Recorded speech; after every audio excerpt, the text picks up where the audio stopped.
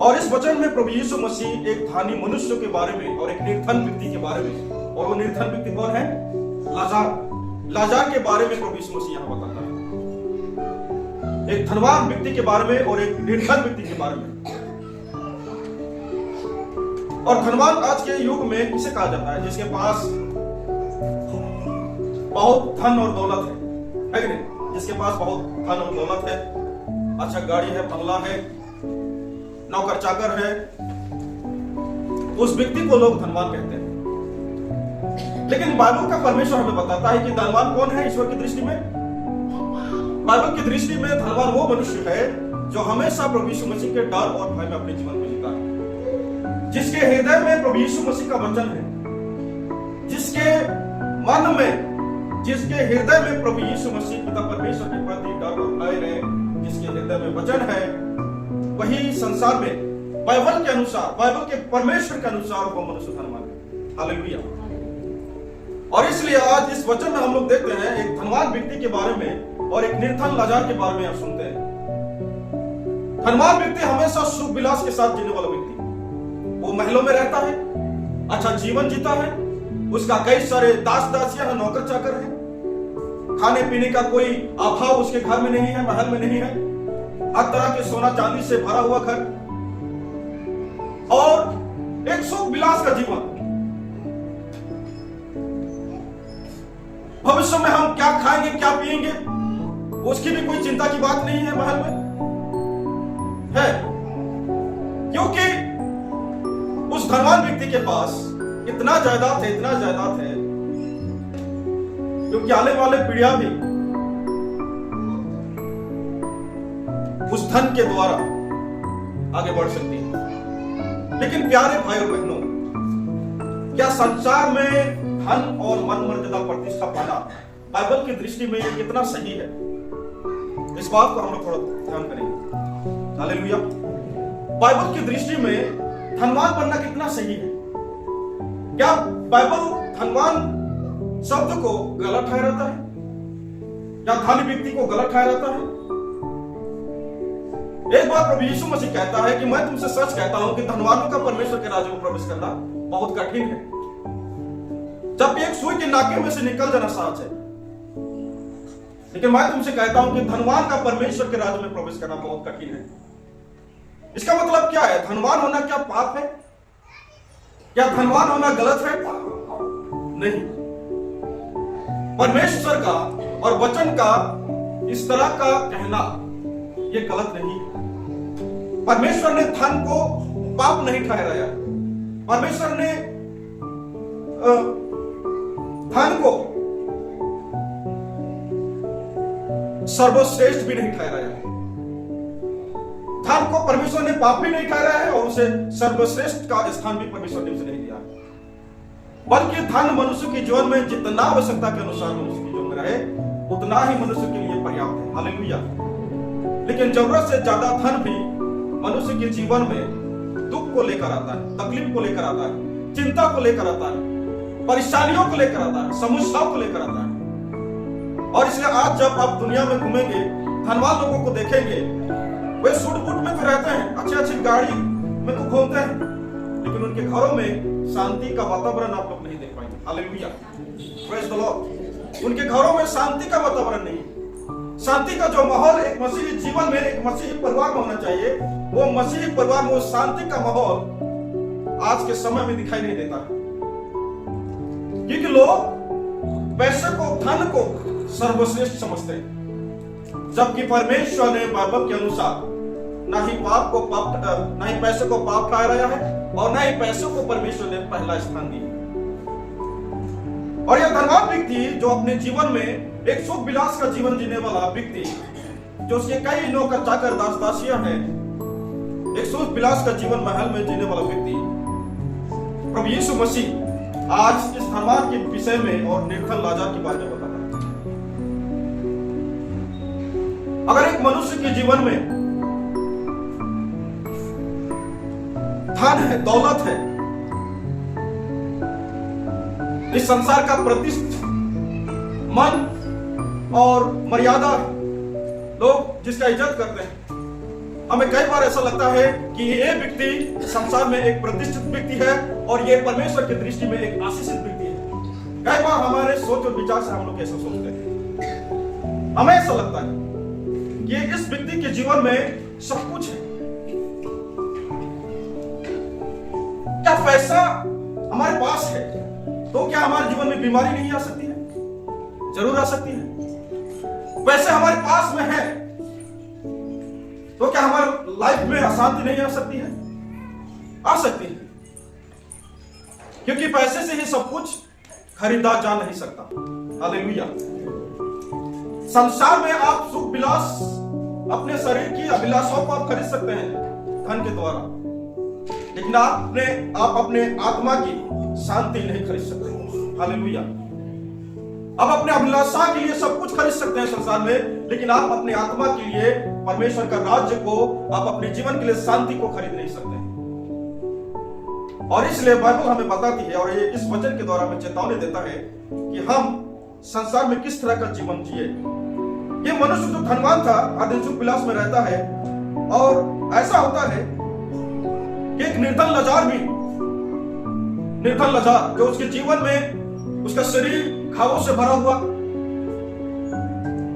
ना ही उनका कोई परिवार है, ना ही उसको देखभाल करने वाले कोई लोग हैं। एक निर्धन व्यक्ति, निर्धन तो है ही, उसके पास धन तो नहीं है, सुख विलास का जीवन तो नहीं है, साथ में वो शरीर में घावों से भरा हुआ है, दुखों से भरा हुआ उसका जीवन, तकलीफों से भरा हुआ उसका जीवन, समस्याओं से भरा हुआ उसका जीवन है। किसका? निर्धन लाचार का। हालेलुया।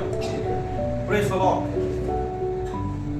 तकलीफों से भरा हुआ जीवन, दुखों से भरा हुआ जीवन, बीमारियों से भरा हुआ जीवन लाचार का था। और लोग क्या करते थे? उस धनवान व्यक्ति के सामने, उसके मेज के जुठन को लोग क्या करते थे? निर्धन लाचार को खिलाते थे लोग। हालेलुया। किसको खिलाते थे? निर्धन लाचार को। और वचन कहता है कि कुत्ते भी आकर उसके घाव को चाटते थे। हालेलुया। कुत्ते भी आकर उसके घाव को चाटते थे। इतना दुखी जीवन था। किसका? निर्धन लाचार का। एक कुत्ता भी आकर उसके घाव को चाटते हैं, उस कुत्ते को भी भगाने की शक्ति उसमें नहीं। इतना लाचार, इतना असहाय, इतना निरुपाय, इतना दुखी जीवन संसार में शायद किसी का नहीं हो। और आपको और मुझे लगता है हमारे पास सब कुछ होने के बाद भी हम स्वस्थ हैं, भले चंगे हैं, लेकिन फिर भी हमें लगता है कि हम निर्धन हैं। क्या है? निर्धन है। हमारे पास धन नहीं है। मसीह में प्यारे भाई बहनों, ये धनवान व्यक्ति जो हर दिन सुख विलास में रहता है, यहाँ तक कि ये लाचार नाम की एक व्यक्ति जो घावों से भरा हुआ है, वो उस धनवान व्यक्ति का जूठन को उसको खिलाते थे लोग, और इस तरह से वो जीवित रहता था। लेकिन एक दिन समय आया कि वो धनवान व्यक्ति मर गया। कौन मर गया? वो धनवान व्यक्ति का देहांत हो गया, वो मर गया संसार में। और जैसे ही वो व्यक्ति मरा, वो अपने जीवन को कहां देख रहा है? नर्क में। कहां? वो अपने जीवन को नर्क में देख रहा है, एक पीड़ा के स्थान में देख रहा है, जहां आग जल रहा है, वहां ना शांति की कोई वातावरण है, कुछ नहीं है वहां, केवल जहां दांत का पीसना है। ऐसे स्थान में ये धनवान मनुष्य वहां पहुंचा। जैसे ही वो मरा, वो नरक में पहुंचा और वहां देख रहा है कि मैं यहां तड़प रहा हूं। हालेलुया। Praise the Lord. लेकिन संसार में जब वो मनुष्य था, वो बड़े गर्व के साथ, बड़ी घमंड के साथ वो जीवन को जीता था। लेकिन जैसे उसकी देहांत हुई, वो मर गया, वो मनुष्य वो नरक में अपने जीवन को देखने लगा और वो वहां तड़प रहा है, पीड़ा में दांत पीस रहा है, वहां उसे शांति नहीं मिल पा रहा है। आप सोच सकते हैं नरक वास्तव में है, क्योंकि बाइबल में इसका बहुत बार जिक्र किया गया है नरक के बारे में। नरक वास्तव में है प्यारे भाई और बहनों, और ये नरक मनुष्यों के लिए नहीं बनाया गया था। इसलिए नहीं बनाया गया था, मनुष्यों के लिए नहीं बनाया गया था, परंतु उन शैतानों के लिए बनाया गया था जो स्वर्ग से नीचे गिराए गए थे। हालेलुया। लूसीफर और उसके जितने भी चमचे लोग थे, उनके लिए परमेश्वर ने नरक की तैयारी की थी। उस आग की भयंकर दंड को उनके लिए तैयार किया था परमेश्वर ने। लेकिन बदकिस्मती की बात है कि आज लोग शैतान को अपने जीवन में स्थान दे रहे हैं, शैतान के कामों को बढ़वा दे रहे हैं, शैतान के कामों में अपने मजे ले रहे हैं, शैतान के कामों में आगे बढ़ रहे हैं, शैतान की इच्छा को संसार में पूरा कर रहे हैं। वे लोग भी शैतान के पीछे पीछे नरक में जाएंगे। हालेलुया। और उन्हें कोई नहीं बचा सकता। जितने लोग जो शैतान की इच्छा को संसार में पूरा कर रहे हैं, कोई मनुष्य परमेश्वर के राज्य को नहीं देख सकता। हालेलुया। वे नरक के अधीन ही होंगे, उन्हें शैतान के साथ ही जाना पड़ेगा नरक में। हालेलुया। और इसीलिए तो प्रभु यीशु मसीह आया, ताकि हम नरक में ना जाएं। हालेलुया। Praise the Lord. प्रभु यीशु मसीह स्वर्ग के सिंहासन को छोड़कर धरती में उतरा। क्यों?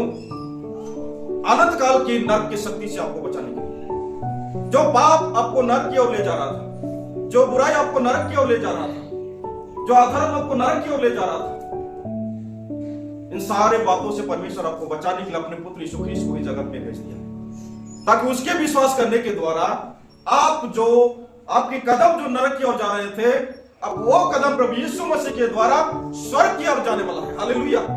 हमारा कदम जो है वो स्वर्ग की ओर आगे बढ़ना है। हालेलुया। क्योंकि स्वर्ग ही हमारा क्या है? एक ऐसा स्थान है जहां हम अनंत काल तक परमेश्वर की महिमा स्तुति करेंगे। हालेलुया। परमेश्वर नहीं चाहता है कि मनुष्य नरक के शब्द जैसे इस पीड़ा के स्थान में आए, एक भयंकर स्थान में लोग आए। मनुष्य ने पाप किया, कोई बात नहीं, फिर भी मैं अपने लोगों को इस आग में नहीं ले जाऊंगा, बल्कि मैं अपने पुत्र यीशु को जगत में भेजूंगा। और जितने लोग जो प्रभु यीशु मसीह के ऊपर विश्वास करेंगे, वे इस जगह में नहीं आएंगे, बल्कि मेरे बनाए हुए स्थान में आएंगे, यानी कि स्वर्ग के राज्य में। हालेलुया। आप समझ रहे हैं? यह धनवान व्यक्ति जब संसार में था तो अपने सुख विलास के अनुसार अपने जीवन को जी रहा था। जैसी उसकी इच्छा थी वो अपने जीवन को जीता था। लेकिन समय आया, वो मर गया, उसके देहांत हुई, वो अपने जीवन को नरक में देखने लगा, वो वहां तड़प रहा है। और ऐसा हुआ कि वो निर्धन लाज़ार भी मर गया। कौन मर गया? वो निर्धन लाज़ार भी मर गया। और वो मरने के बाद वो कहां पहुंचा? बाइबल क्या बताती है? अब्राहम की गोद में। कहा? अब्राहम की गोद में। हालेलुया। अब्राहम की गोद में। अब्राहम कौन था? जातियों का क्या था? मूल पिता था। आज वो निर्धन लाज़ार अब्राहम की गोद में है। आपको कैसा लगता है इस बात को सुनने के लिए कि मैं भी जब मरूंगा तो प्रभु यीशु मसीह के गोद में रहूंगा? ऐसी आपकी इच्छा है कि नहीं? इच्छा है कि नहीं? हालेलुया। आप भी एक दिन मरेंगे, मैं भी एक दिन मरूंगा, लेकिन एक इच्छा हमारी होनी चाहिए कि एक दिन मैं संसार से जरूर मरूंगा, लेकिन अब्राहम की तरह, जैसे निर्धन लाज़ार जो अब्राहम के गोद में था, वैसे ही मैं भी जब मरूंगा, इस संसार से विदा लूंगा, तो मैं प्रभु यीशु मसीह के गोद में रहूंगा। हालेलुया। यह इच्छा हमारी होनी चाहिए। इस संसार के लोग कहां जा रहे हैं इसकी कोई चिंता की बात नहीं। ये दुनिया भाड़ में जाए, कोई बात नहीं, लेकिन आपको प्रभु यीशु मसीह के गोद में जाना होगा। हालेलुया। आपका जीवन बहुमूल्य है। भले ही आप संसार में दुख उठा रहे हैं, कोई बात नहीं। आपके लाइफ में कुछ रास्ते ऐसे हैं जो सही नहीं हो पा रहे हैं। आपके परिवार में कुछ रिश्ते ऐसे हैं जो आप उसे अच्छे करने की कोशिश में लगे हुए हैं, लेकिन वो सही नहीं हो पा रहा है। आपका जीवन थोड़ा तकलीफों से भरा हुआ है, थोड़ा बेचैनी से भरा हुआ है, कुछ अभाव से भरा हुआ है, लेकिन प्रभु यीशु मसीह के और अपना ध्यान को केंद्रित करके रखिए। प्रभु यीशु मसीह आपके सारे प्रॉब्लम्स का समाधान करने वाला प्रभु है। हालेलुया। वो आपको बनाकर संसार में भूल नहीं गया, वो आपको बनाकर संसार में भूल नहीं गया, बल्कि आज भी वो प्रभु यीशु मसीह आपकी परवाह करता है। आज भी वो आपकी चिंता करता है, और इसलिए वो नहीं चाहता कि कोई मेरे रास्ते को छोड़कर उस अनंत आपके रास्ते को लोग चुने। हालेलुया। ये धनवान तो मर गया, नरक में तड़प रहा है, लेकिन निर्धन लाज़ार वो अब्राहम की गोद में है। और ये धनवान व्यक्ति देख रहा है कि अब्राहम की गोद में ये कौन है? ये तो निर्धन एक लाज़ार है। ये तो मेरी टेबड़ी पर छोड़ दिया जाता था, मेरे मेज के जूठा नहीं खाता था, लेकिन आज ये अब्राहम की गोद में है। ये कैसे हो सकता है? अब वो पुकारने लगा, चिल्लाने लगा। कहां से? उस पीड़ा के स्थान से। हालेलुया।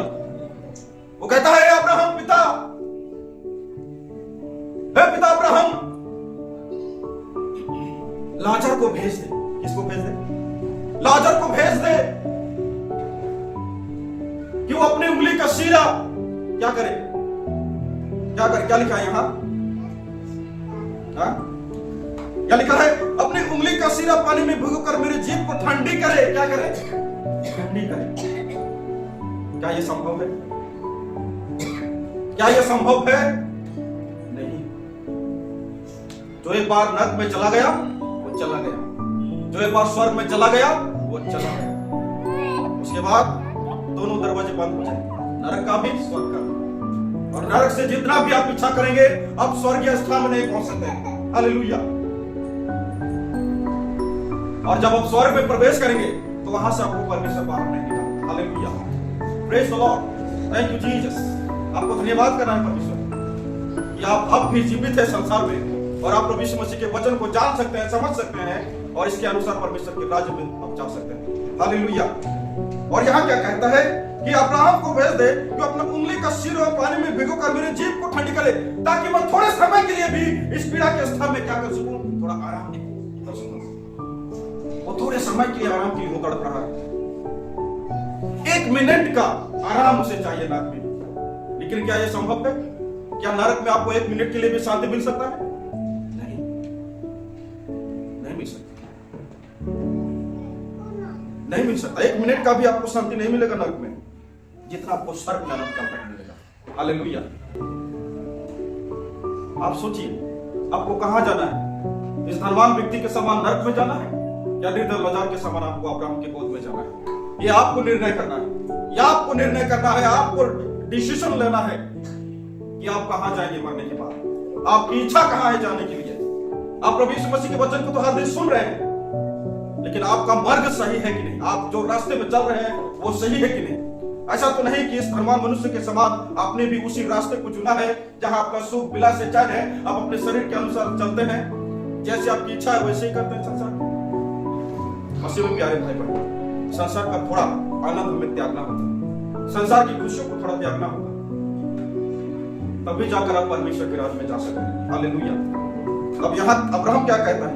हे मेरे पुत्र, स्मरण कर कि तू अपने जीवन में अच्छी वस्तुएं ले चुका है, और वैसे ही लाजर बुरी वस्तुएं, परंतु अब वह यहाँ शांति पा रहा है और तू वहां तड़प रहा है। किसे कह रहा है अब्राहम? उस धनवान व्यक्ति को। उसे स्मरण दिला रहा है नरक में भी, और उस नरक के स्थान में भी उस धनवान व्यक्ति को समझ आ रहा है, वहां उसे फील हो रहा है,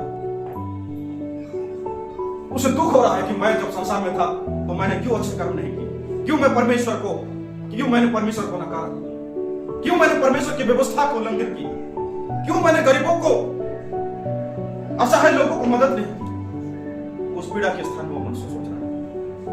अब वो करेगा, चाहकर भी वो कुछ नहीं कर सकता, कुछ नहीं कर सकता। मसीह प्यारे भाई बहनों, इसलिए अब्राहम भी उसे कहता है कि तूने जब संसार में था तो तूने अच्छी वस्तुएं ली, यानी संसार का सारा विलासा को तूने आनंद लिया, परंतु ये निर्धन लाजर, उसके पास कुछ नहीं था, लेकिन उसके विश्वास कहां था? निर्धन लाजर का परमेश्वर के ऊपर।